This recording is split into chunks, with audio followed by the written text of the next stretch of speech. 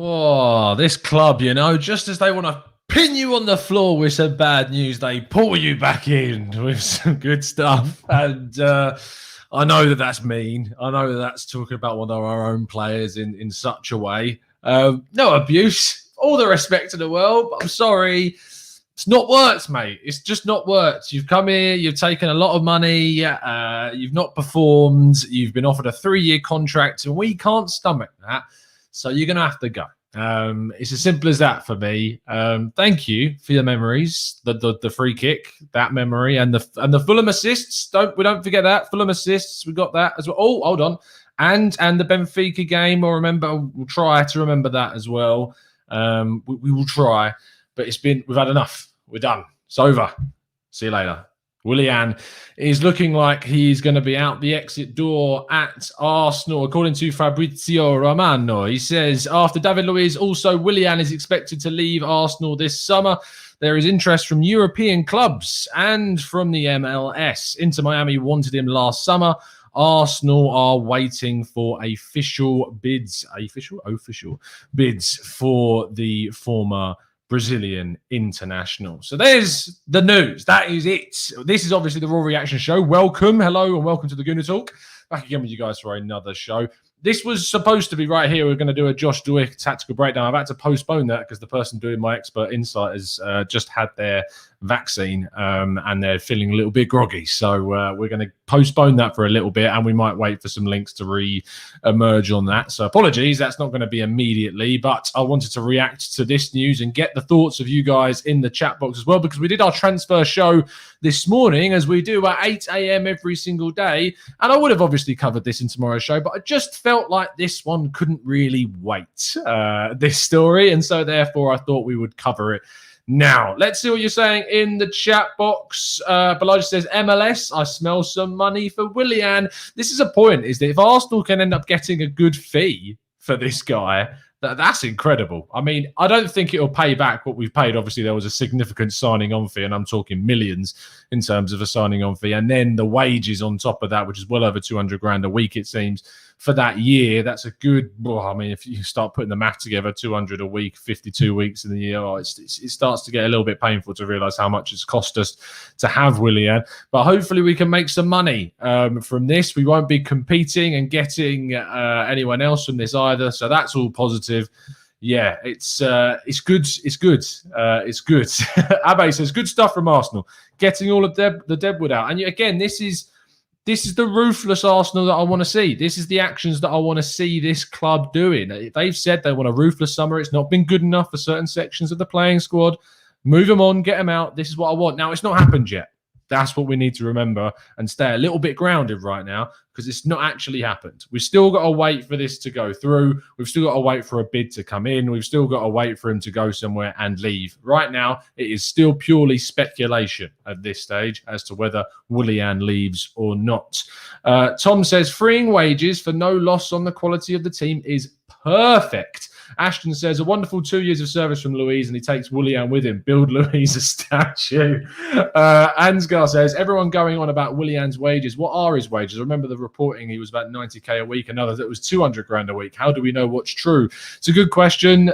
From what we're aware, his wages, which then includes kind of the signing on fee, and if you were to split that up, you're looking at well over £200,000 per week is what it is, and that includes the signing on bonus spread across some amount of time. Basically, it's cost us more than I like from speculation and from all the different stories that we've read. It certainly cost Arsenal over £10 million, and it could have risen to well beyond that with the wages being continuously paid over this time. But from the looks of things, it's cost us at least 10 mil minimum to have Willian in, and it would have cost us a lot more to keep him on longer as well. So there you go. Doug says Melson might get a yeah, I'm not sure. I'm not sure if he'll get a chance or not. He will be excited to see his competition going, but you've still got Saka and Martinelli and Aubameyang and Smith Rowe and Pepe, all these guys that can play in that position. And that's actually a point that I want to come on to and get your thoughts and feelings around, is that how does this then affect Arsenal's transfer window? I literally just uploaded a piece on this to 101, so if you want to check it out, it is there. I'll throw it into the chat book so you can give it a read.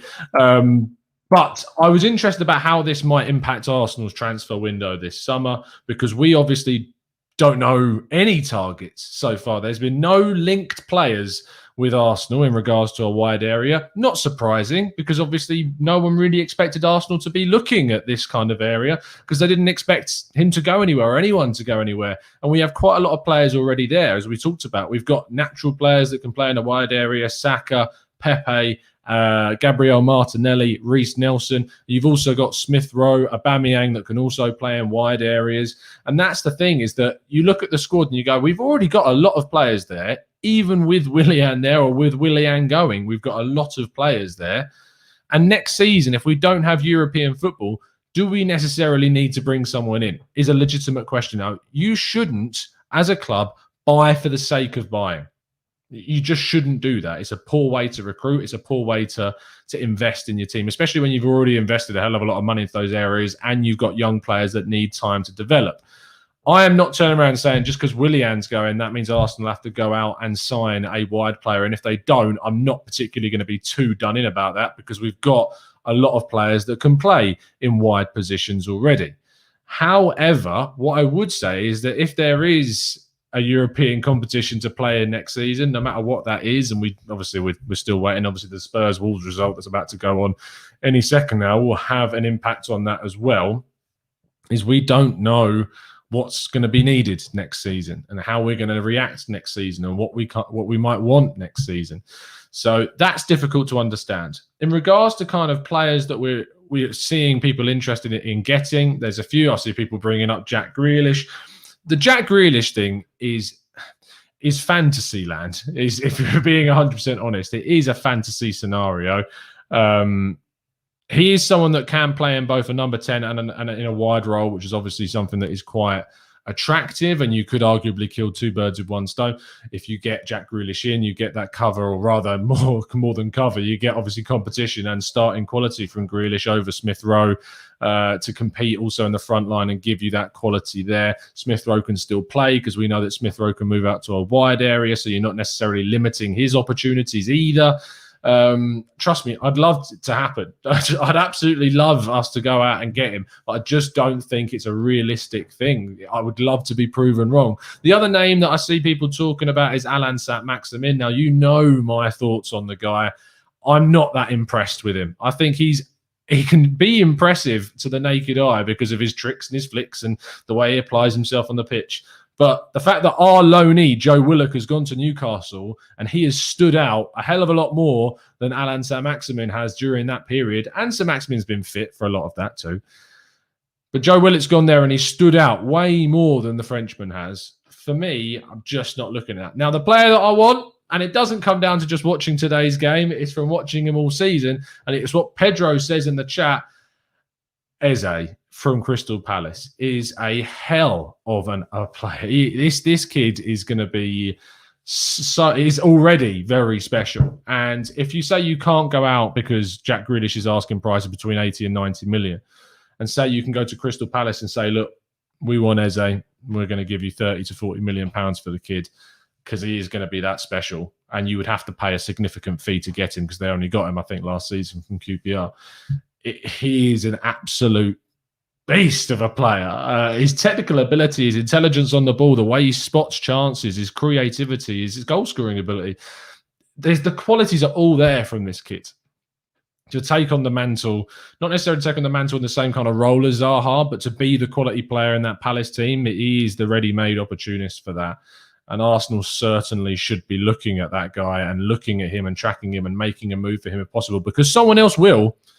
There are no doubt in my mind that someone's going to snap up this kid in a certain amount of time. And it could be this summer, it could be next summer, but he's not going to be at Palace long. From the way that he has been this season, the way that he's developing and improving, he is the guy. So that would be my personal choice if you were to go and get anyone right now that's, in my view, a little bit more realistic than a Jack Grealish. It would be him.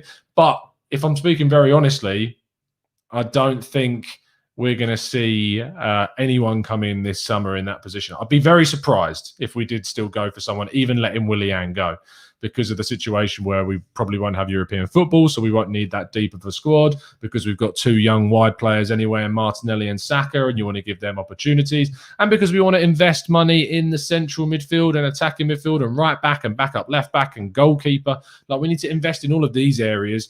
That area of the pitch is still not a priority, even if Willian leaves, because let's face it, it's a backup option, it's a cover option that's going. It's not like losing a Saka or a Pepe. It's not like losing one of those players. We're losing someone who's effectively just depth in the squad, which doesn't necessarily need to be invested to replace him.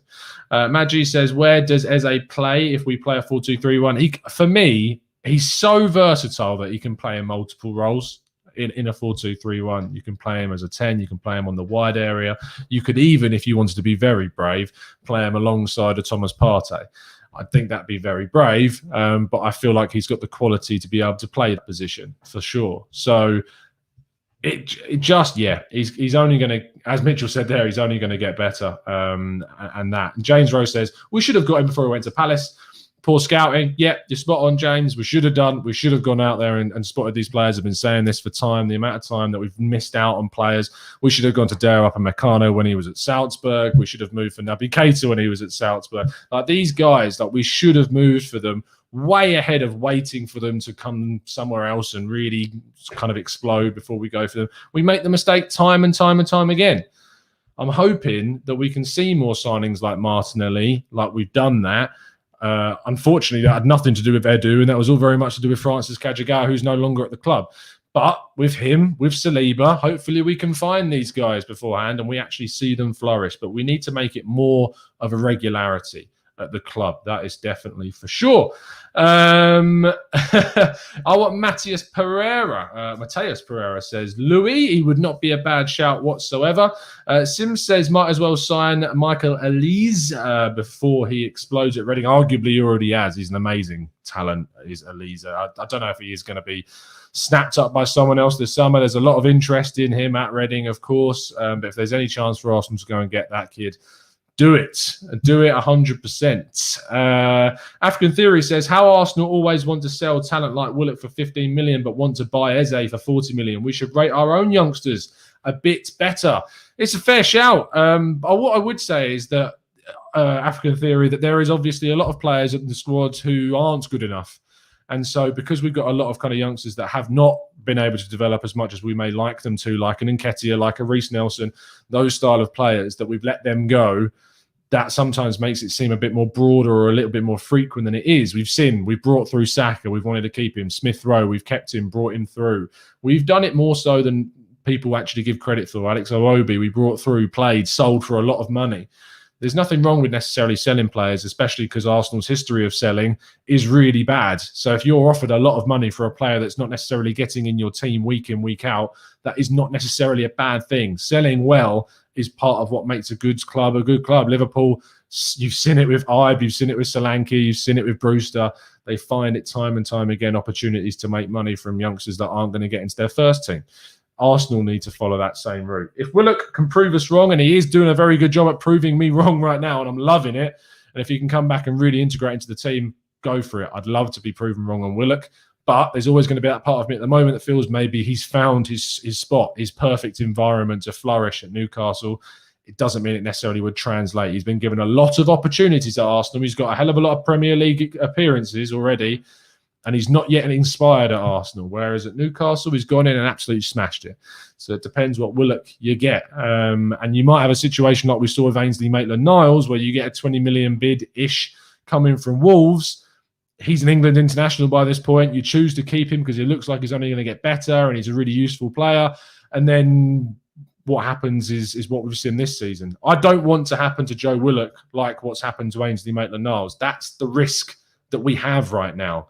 I don't want to see that same situation. Either we commit to Joe Willock and we play him and we give him the opportunities, or we cash in now, because that's the only way that we're going to change, is if we start being a little bit more ruthless with the players. I'm hoping that this Willian news is a sign of us being ruthless. I'm hoping that it is going to propel us forwards to making more ruthless decisions. We've seen it now, time after time. In January, getting rid of Ozil, Sokratis, Mustafi, getting Kolasinac out on loan, Saliba finally getting out on loan. We messed it up at the start of the season, but we got him out on loan when we needed to. We moved out players in the summer like Torreira, getting him out of the club. He didn't want to be here. Getting Guendouzi out for a loan. Even though I know people didn't necessarily agree with that, but it was probably the right decision at the time. And there's one more who's escaped me. Mavropanos is also gone. So getting the people out. Edu is doing a good job, in my view, in the recruitment area. It's not perfect. Willian signing is a big sign of that. Runarsson is another one. It's not perfect. But Gabriel, Partey, Matt Ryan, Erdegaard, bringing these guys in, getting out Sokratis, Ozil, Mustafi, Kolasinac, getting out other players in the summer as well, moving on people this summer. And hopefully we're going to see it with Willian. Hopefully we're going to see it with some other players as well in the squad that need to be moved on now as well. And getting contracts signed. Bukayo Saka, Gabriel Martinelli, Rob Holding, all of these guys getting new contracts. Callum Chambers might be getting a new contract as well, whether you think that's a good thing or not. Although based upon the votes that we did, with 320,000 votes coming in, over 16,000 people voted on Callum Chambers. 75% of the result wanted us to keep Callum Chambers. So clearly that's a more positive, a more popular vote amongst the sample of the Arsenal fan base that we spoke to anyway. So I think there's good things going on behind the scenes. It's just what happens on the pitch with Arteta that we've got the biggest issue with right now. I'm actually fine what's going on with Edu's side of things. And obviously I'm not happy with the ownership side of things, but I'm okay with the job that Edu's doing.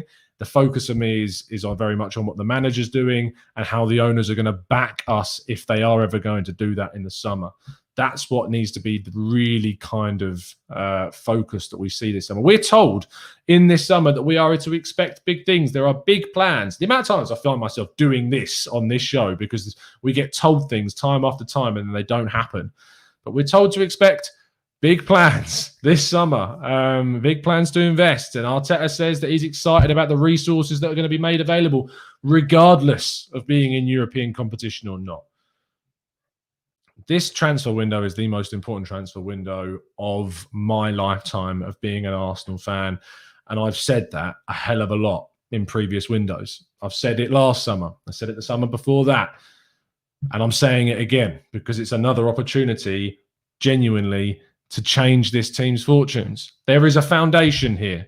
We've got some really good players in this team. There's a lot of deadwood, but we've got a lot of still very good players in the squads with a lot of potential. And if we don't do what we need to do, and I mean bringing in at least 5 starters, not exaggerating, that's how many we need, and 2 backups, mainly in goalkeeper and left back. If we don't get in the 5 starters we need, then it's pointless. Then we haven't achieved what we've needed to achieve. That's the problem. Sustainable Life, which is, I think you're new in the chat, so welcome, says cash in on Willian, Guendouzi, Mavropanos, and reinvest in one quality player. You have at least £20 million from Willian's wages alone. Charlie says, do you think Luiz leaving was a big factor in Willian going? Possibly so. It's a good point. They are very close. I think he was certainly a factor in him coming to the Arsenal this summer, and he's not necessarily maybe got too many supporters in the club. I don't know how his relationship is with the players, to be honest. I've seen some videos of camaraderie between them, but we don't know.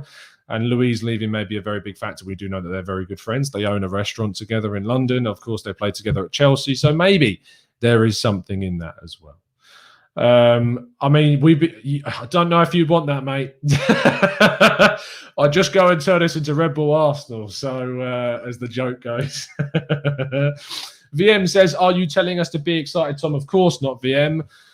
Do not get excited. We have learned too many times to be burned about this. Don't get excited.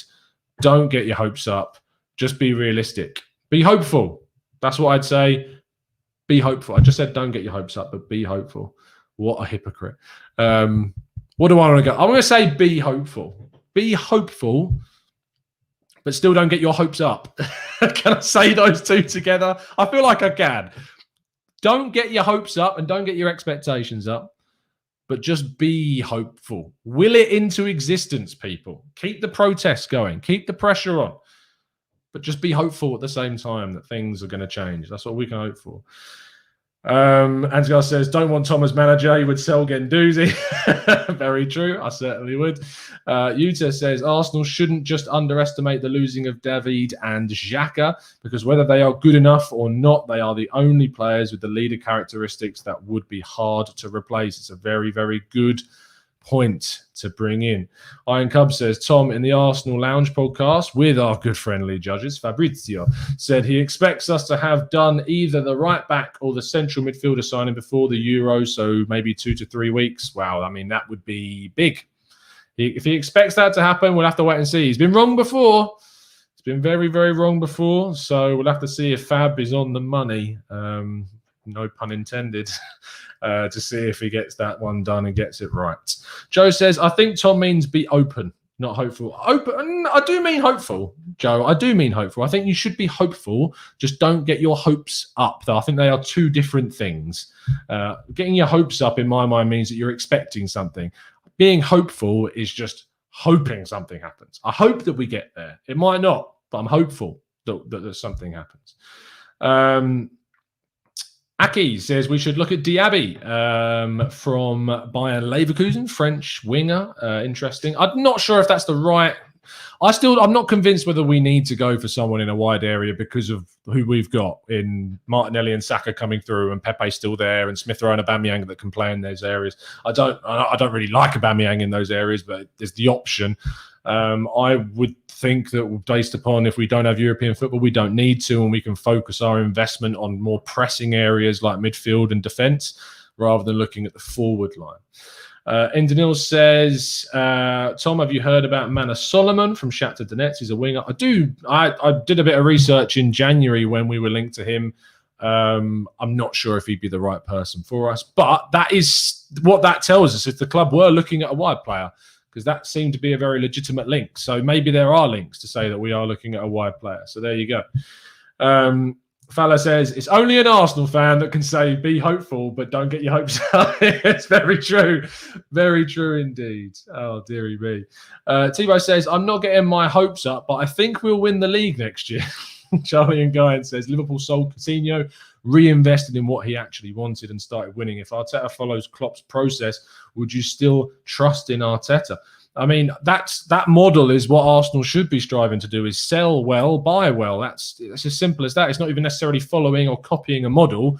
It's just using the rhetoric of sell well and buy well. It's not a difficult process to do. It's really not. So people should be encouraged to think that we can obviously try and move on players that are not necessarily worth loads, but try and get as much feasible money for them as possible. And then we can look at trying and investing that money into players that not only are going to improve the squad, but that also give us that key sell-on value that we need. We so desperately need sell-on value in our players because time after time, we are wasting a hell of a lot of money in bringing in players like Willian, like Cedric, trying to think of others, like we're bringing in like the Petr Cech, David Luiz, and while some of them have done better than others, at the end of the day, they don't have any sell-on value for us. Mustafi gone for nothing, Socrates gone for nothing, Mesut Ozil gone, and we're still paying his wages.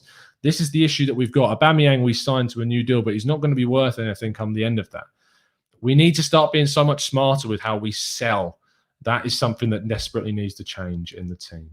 Devon says, leave the space open for our young players, maybe like Kiddo Taylor-Hart, who is supposedly could be from the signs that came out signing a new deal with the club, which is very good because he's very highly rated and much appreciated. Complex Theory says, I can't see the club investing to improve the squad. I believe they'll just bring in average players reflecting the mid-table status of the club. And you've got to be honest, and I can't turn around to you and say I don't agree with you because we have seen that before. All I would say to you is that we have the opportunity to be hopeful because what we've seen over the last couple of windows is that whilst the players we've brought in have not been to the frequency that we've needed more quality in windows, but what we have brought in has been good. It just needs to be more frequent and we need to be better at moving on players at the same time.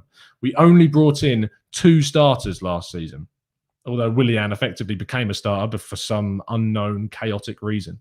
But we only brought in Partey and Gabriel. That was not going to be enough to compete. When you look at Chelsea and the amount of quality they brought in, you look at Man United, the quality they already had and then brought in on top of that, we were never going to be able to compete with just 2 upgrades to our 11. And then when we lost Partey for most of the first half of the season, it wasn't enough. It was doomed before we started. We need to make sure that we don't do that again. That's the issue, is that we just need to learn from our mistakes. Is that whilst things have improved in regards to how we bring and who we bring in, it needs to be again, and it needs to be more frequent. It's as simple as that for me. I'm very good, Max. Hope you're well, son. Jordan says we can't deny bringing Willian and Louise in on frees to contribute with their experience, only to sell Willian on for a profit. It would be a master stroke by Edu. I mean, it wasn't free, Jordan. Do be aware that he cost us at least 10 million quid already, so it's not a free transfer for Willian. So there you go. Forever on Arsenal fans, as I suspect, we'll sign 2 to 3 cheap alternatives plus a few youths at most. Stefania says, hey Tom, why don't we sign Sergio Ramos to give us that leadership that we so heavily need? I don't know about Koulibaly. What do you think? I think Koulibaly is out of our reach. I don't think we're going to be looking to sign him, and Napoli would want an incredible fee for, I want to say, Senegalese centre-back. I'm going to double check that. I'm pretty sure that he is. Make sure I get that right. He is indeed. But Ramos is interesting, because I think a lot of people would instantly go, no, he's really old, don't want him, learn from our mistakes, move on.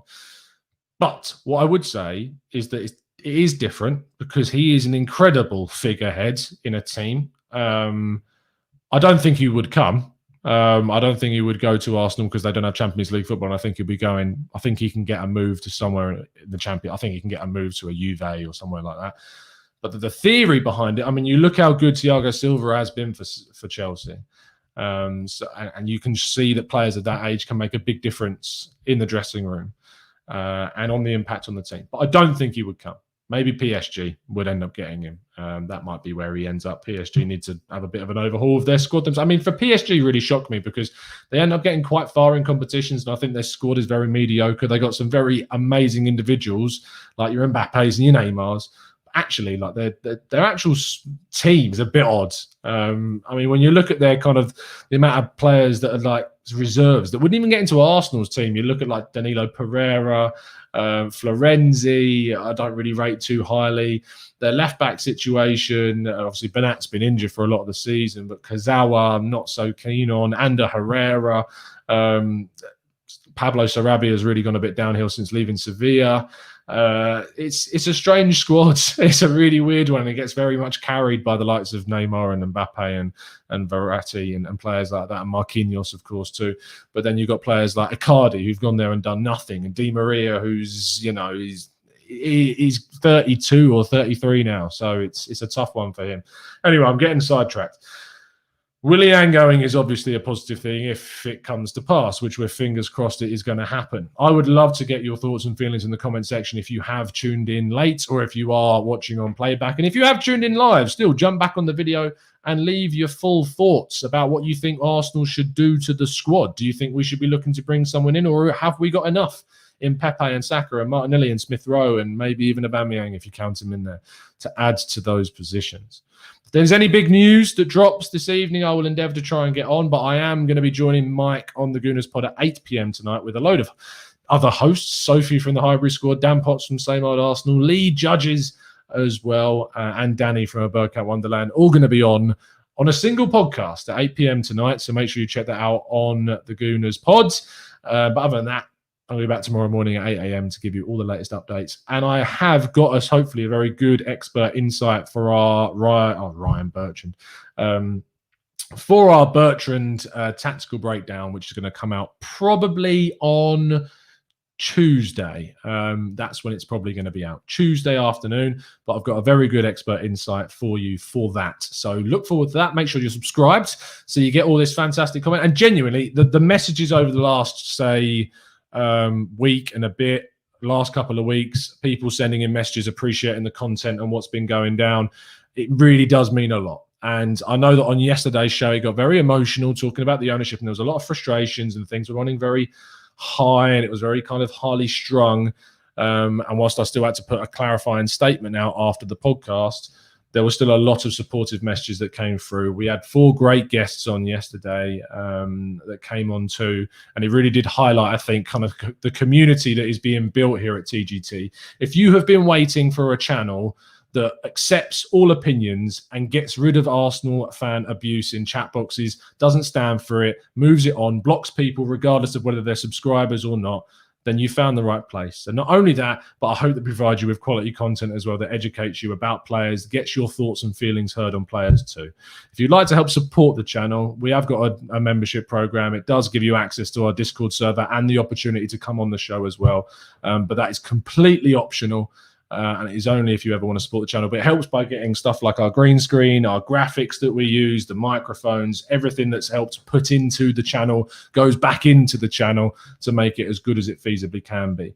Always open and honest about everything. If you've got any questions, if you want to follow us, if you ever want to ask me about anything on Twitter at the Gooner Talk TV, if you speak to people that have tried to DM me, I'm very open, have discussions with pretty much everyone, get into arguments with pretty much everyone. So open to that too. But I just wanted to take a second to thank everyone that's been sending us some really good messages and positivity over the last few weeks or so, and appreciating the hard work and effort that's going into everything. So really appreciate that. I will be back tomorrow morning, and I will see you tonight on the Gooners Pod. But it's been an absolute pleasure to speak to you all as always. And as always, up the Arsenal.